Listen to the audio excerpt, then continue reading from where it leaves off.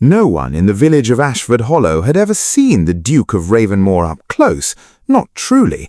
They had glimpsed his black carriage thundering past on moonless nights, seen the flicker of a lantern behind the iron gates of Ravenmoor Hall, heard the rumours that a man of his wealth and title had no use for company. He was a ghost wrapped in a title, a legend the villagers whispered about over hearth fires and half-empty cups of ale. But Ilara Voss knew the truth. She had seen him, night after night in the quiet hours when the world folded itself into darkness. The Duke of Ravenmoor came to her door. Not in splendour, not in the polished boots and gold-threaded waistcoats that his station demanded. He came in silence. He came alone, and he came with a look in his grey eyes that she had never once seen on the face of any nobleman, something raw, desperate, and unbearably human. What she did not know, what she could not have imagined, was that the secret he carried on those midnight visits was not a confession of love. It was a confession that, if it ever left her small stone cottage, would bring the entire aristocracy of England crashing to its knees. Ilara was no one, or so the world believed.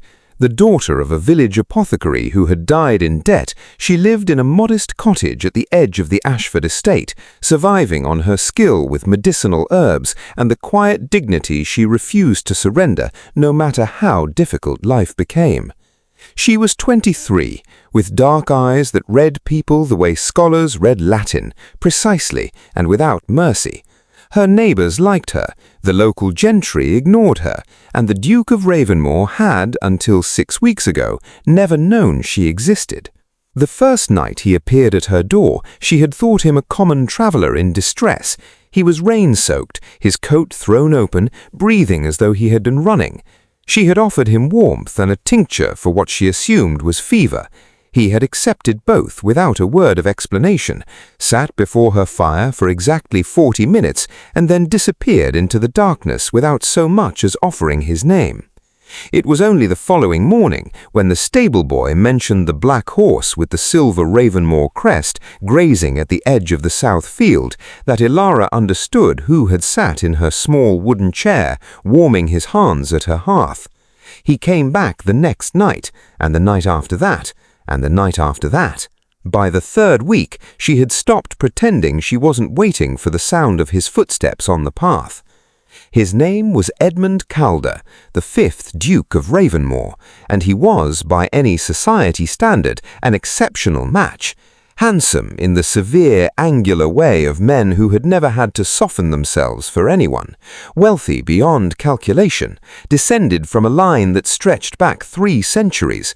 He was, the gossip columns breathlessly reported, expected to announce his engagement to Lady Constance Pemberton before the end of the season, an union arranged between their fathers before either of them had been old enough to have opinions about the matter. What the gossip columns did not report, because no one knew, was that Edmund Calder had not slept a full night in 4 months, that the nightmares that drove him from his estate in the black hours were not merely those of grief or guilt, but of a specific and devastating knowledge he had stumbled upon in his late father's private study. A set of documents, a sealed correspondence, a name he had not been prepared to find written there. He had told no one, he trusted no one, and yet by some instinct he could not logically explain, he had been drawn again and again to the small cottage at the edge of his own land, to a woman who asked him nothing and judged him less, and in whose presence the relentless machinery of his mind finally, mercifully, slowed. But before the Duke could truly reckon with what those documents meant and what it would cost him to act on them, take a moment to like this video and subscribe to the Duke's Lost Letters. Every subscription helps this channel bring you unforgettable Regency romance stories, filled with secrets, heartbreak, and the kind of forbidden love that history tried to bury. Now, back to Edmund and Ilara, because what came next changed everything. The night he finally spoke, truly spoke, she had not pushed him. She had simply placed a cup of chamomile between his hands and sat across from him in silence, the way she always did, and waited with the patience of a woman who understood that some truths needed space before they could breathe. "My father," he said at last, his voice low and careful, as though each word were a stone he was choosing not to throw, "was not the man I believed him to be." She said nothing. She only watched. "He had a son," Edmund's jaw tightened, "before his marriage to my mother. A son he hid, paid a family to take, paid them for 20 years to keep silent." He set the cup down slowly. "That family's name was Voss." The silence that followed was the loudest thing Ilara had ever heard. She had always wondered why her father's debts had been mysteriously settled the month after his death, why a sum she could never account for had appeared in the estate ledger with no explanation. She had told herself it was charity. She had told herself it was a mistake. She had never allowed herself to wonder if it was guilt money. "You knew," Edmund said quietly, watching her face. "I suspected nothing," she replied, and her voice was steadier than she felt. "I knew only that my father loved me, and that he died with secrets in his eyes." Edmund rose. He crossed the small room in 3 steps and stood before her with an expression she had never seen him before, not the composure of a duke, not the controlled pain of a man haunted by documents, but something unguarded and frightened and terribly human.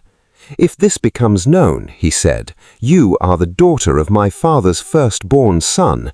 You are by blood closer to the Ravenmoor line than I am. The title, the estate, the inheritance, it all unravels. Every arrangement, every alliance, every engagement." He stopped. Lady Constance's family would dissolve the agreement. The Ton would not recover from the scandal for a generation. "And you?" asked Ilara softly. "What becomes of you?" He looked at her for a long moment. "I came here to ask you to stay silent," he admitted. "Every night I came here, I told myself I was deciding whether to ask you of that." He exhaled. "But that is not why I kept coming back." It was Lady Constance's brother who destroyed everything before Edmund could choose his own path. Lord Philip Pemberton had grown suspicious of the Duke's nightly absences weeks earlier and had paid a servant to follow the Ravenmoor horse. The report he received was worse than infidelity. It was social catastrophe. A duke, heir to one of England's most storied titles, spending his nights in a village cottage with an apothecary's daughter. By morning, the story was already moving through the drawing rooms of London like fire through dry paper.